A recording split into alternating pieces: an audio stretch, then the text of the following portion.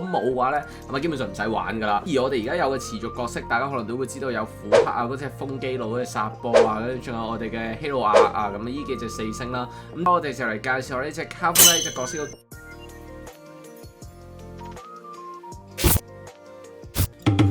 Yo， 大家好，我係奧斯卡。今日我哋就嚟繼續玩呢個崩壞星穹鐵道啊。咁今日我哋嚟介紹一隻角色啊。咁呢隻角色咧亦都係之後嘅卡池會有得抽嘅一隻角色嚟嘅。5星角色。咁大家而家知道啦，可能會有銀狼啦、警員啦，跟住仲有呢個卡夫卡。咁今集啦，我哋就嚟介紹卡夫卡啊。咁卡夫卡依一隻角色啦，咁係一隻持續輸出型嘅角色，即係玩持續傷害嘅。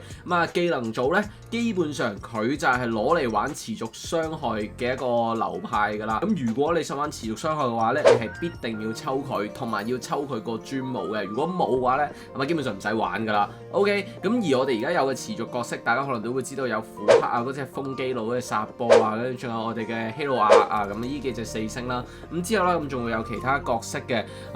今集啦，我哋就嚟介紹下呢隻卡夫拉呢隻角色個技能組啦，同埋佢嗰個價值。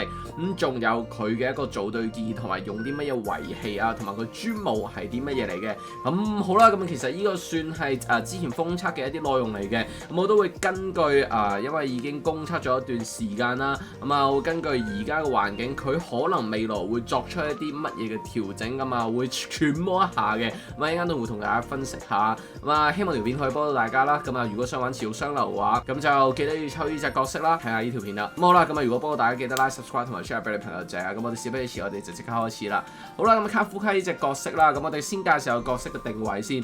定位咧，佢就係一個持續傷害玩呢個持續傷害隊伍嘅主力輸出角色嚟嘅。重點唔係佢自己輸出，重點係佢嘅技能咧可以觸發持續傷害嘅傷害。即係話如果佢有一個燃燒嘅 buff， 每回合可能燒緊2000嘅，佢個技能組係可以即刻觸發佢嗰個燃燒 buff 嘅效果嘅。咁只要有佢喺度，咁然後你嘅敵人係有一堆 debuff 嘅，佢出技嘅時候咧，即刻觸發一次嗰啲 debuff 嘅傷害，然後係唔扣回合嘅。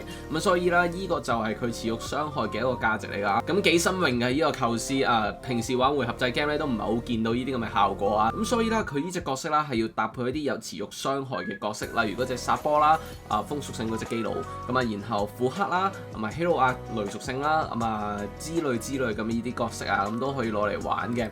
好啦，跟住我哋介紹下佢嘅技能先啦。先介紹佢戰技月光磨砂連綿唔知第時翻譯係咪咁樣啊？咁佢就係對指定嘅敵方單體造成160% 嘅雷傷，咁同時啦，再喺旁邊嘅敵人造成60% 嘅雷傷嘅。咁呢個係一個擴散性輸出嚟嘅。如果對手有呢個持續性傷害嘅話咧，所有持續性傷害就會即刻生效一次。咁即係話，如果佢有啲燃燒 buff，你放咗呢招戰技，佢就會即刻觸發個燃燒 buff 嘅扣血效果。咁好簡單直接啦。咁之後落嚟就介紹下佢進階嘅時候啲行跡會加啲咩啦。折磨，咁卡夫卡嘅戰技同埋必殺技咧，可以令到即時生效嗰啲 debuff 咧，嗰個傷害比例提升。佢係按啲咩計算咧？呢個犀利啦，佢係按嗰個擊破特攻嚟提升嘅。咁即係話，如果你想玩卡夫卡嘅話咧，想增加佢傷害，其實可以玩我哋嗰個擊破套裝。咁但係因為而家老實講，我覺得擊破就唔係太勁。咁但係如果你話咁啱打雷屬性嘅弱點角色嘅話咧，係可以將卡夫卡撐高佢擊破屬性嘅。我唔知道嗰個提傷到底會提高幾多啦。咁但係呢一個咧都係佢選擇遺棄嘅時候咧嘅一個諗法嚟嘅。咁但係啦加傷咧係唔會超過30% 嘅。咁呢個就係個戰技啦。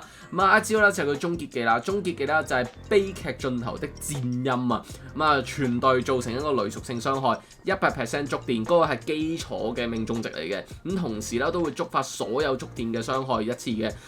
命1嘅時候咧，即係話呢隻角色你抽多咗一隻特1嘅時候咧，佢嗰個觸發所有觸電持續傷害，佢就會變成觸發所有持續傷害啦，即係唔限於呢個觸電。咁所以如果你話你想玩呢一隻角色嘅話咧，at least 你係要抽2隻翻嚟嘅。起碼要命1你先至玩到係真嘅。因為你係可以用希魯亞或者佢自己觸電傷害嚟玩，但係嗰個輸出咧係會差一大截嘅，係質變嘅。好啦，今日講下佢進階啦，折磨就係啱啱介紹過，唔再介紹啦。咁啊，進階6嘅時候，行跡荊棘咧就係佢天賦，佢係一招補槍嘅效果嘅，一陣間會同大家介紹下，令到對手陷入呢個持續傷害嘅機率咧會提高20%。咁呢招補槍嘅天賦係啲乜嘢嚟咧？我哋去望一望啊。咁啊就係天賦啦，溫柔亦同殘酷啊。咁啊隊友攻擊嗰陣咧，咁卡夫卡就會補刀啦。啊，即係話佢人哋打嘅時候，即係譬如我隔離個隊友搏普攻啊，咁佢就會即刻補槍啊，開一槍出嚟。咁然後同時咧就會提高對手20%受呢個持續傷害嘅效果啊，即係會增傷。每回合咧就觸發一次嘅啫。咁然後行跡4嘅時候咧，咁嘅招掠奪就係觸電狀態嘅對手死咗嗰陣咧。佢就可以回復呢個能量5點啊，咁然後啱啱講嘅行跡6嗰招荊棘咧就可以射落去嘅時候，令到佢陷入持續傷害機率又會提高。呢一招咧其實咧係令到我覺得卡夫卡係可以撐速度嘅，即係佢就唔做一個主力輸出啦，因為其實佢直接輸出我覺得又唔係太高，佢可以不停即係靠住佢高速，然後不停開佢呢一個補槍效果，咁同埋開佢嘅戰技、開佢嘅大技，觸發嗰啲持續傷害嘅效果。咁我呢個係我初步構思嚟嘅，遲抽咗翻嚟之後呢，我覺得應該係可以咁玩嘅。好啦，咁傷害特色啦，咁佢就係攞嚟引爆傷害嘅。佢其實直接傷害咧真係唔高，佢同普通嘅輸出咧係差唔多，甚至乎係仲低啲。咁佢咧其實係靠佢戰技同埋佢嘅終結技咧，不停咁引爆嗰啲持續傷害嘅效果。咁即係話我係不停咁引爆嗰啲持續傷害嘅 debuff 嘅啫。咁直接傷害咧就唔係真係咁高嘅。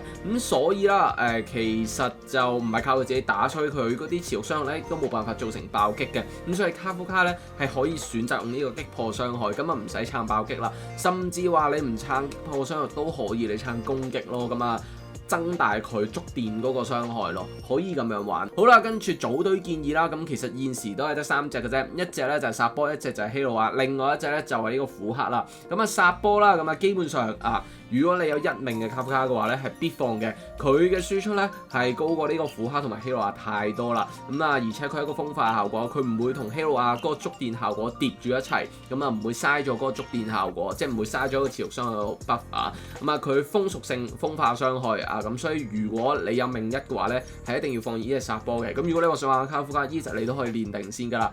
希魯亞咁如果你係0命嘅話咧，呢隻角色你都係必放嘅。觸電有增傷效果啦，搭配卡夫卡咧。咁其實係幾好嘅，不過咧就比較難堪嘅就係呢隻角色其實輸出唔係咁高，就算俾佢放觸電效果，卡夫卡引爆起上嚟咧，都真係唔係太高，咁所以呢一隻角色咧，可以有待去研究一下。如果你話薩波同埋佢揀嘅話咧，咁一定係放薩波嘅。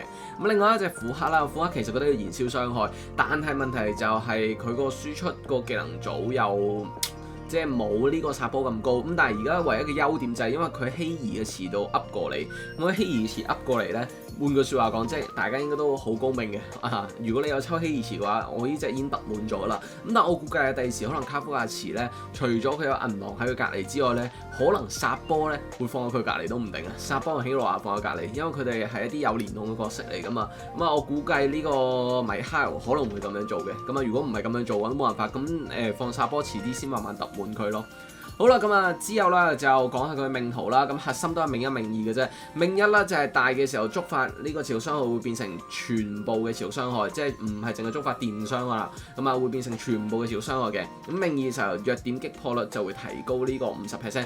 我呢度估計因為好似希兒咁希兒佢嗰個加速效果咧係命2先有嘅，攻測嘅時候得，封測嘅時候係命1已經有啦。我估計啦，呢個卡夫卡咧喺我哋嘅版本一出嘅時候咧，佢應該命1命2嗰個效果會調轉，即係估計你會抽命2先至會有呢個大技觸發電傷變成全部嘅持續傷害咯。呃多你一抽呃多你幾百蚊，應該唔止幾百蚊。好啦，然後遺棄嘅選擇啦，你可以揀嗰個怪盜嘅，即係嗰個擊破套裝。但係我自己覺得就可以研究下先，唔使咁急。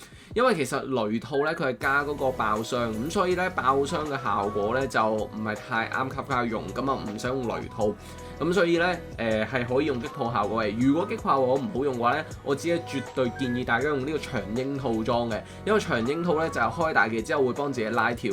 如果話玩卡夫卡，你唔係要佢直接傷害，你係想有佢嗰個不停開技能嗰個效果觸發持續傷害嘅話咧，我覺得用長櫻桃係非常之 good 啊！甚至乎你呢隻完全唔撐傷害，佢淨係用長櫻桃加速到鞋，不停咁跑，不停咁放啊，咁啊可能會甚至乎再勁啲啊！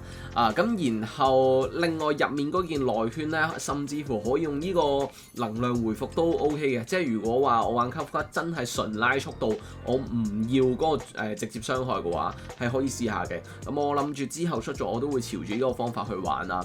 好啦，咁啊另外朱姆啦，基本上呢件係一定要抽嘅。咁呢件呢，就係對持續傷害中緊嘅敵人呢，就會加16% 傷嘅。咁然後第二個係佢最核心啦，加速嘅每次攻擊加4% 速，5層即係20%，呢個係講零特嘅時候，20% 速好誇張㗎啦。咁啊如果你裝埋速度鞋嘅話，咁啊成件事係好變態㗎。咁啊你仲有其他同行角色㗎嘛，咁啊你真係好變態㗎。咁所以呢，依件裝呢係令我覺得呢個卡夫卡係可以玩速度型嘅角色嚟嘅。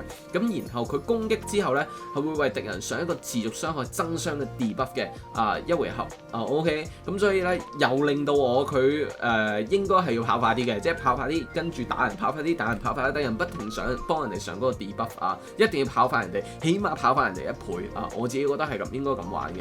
OK， 好啦，咁以上啦，咁其實就卡夫卡嘅呢個角色介紹同埋佢嘅遺棄啦，咁再組隊搭配咗佢嘅專務介紹，咁我覺得呢隻角色呢，玩持續傷害係值得大家去抽嘅。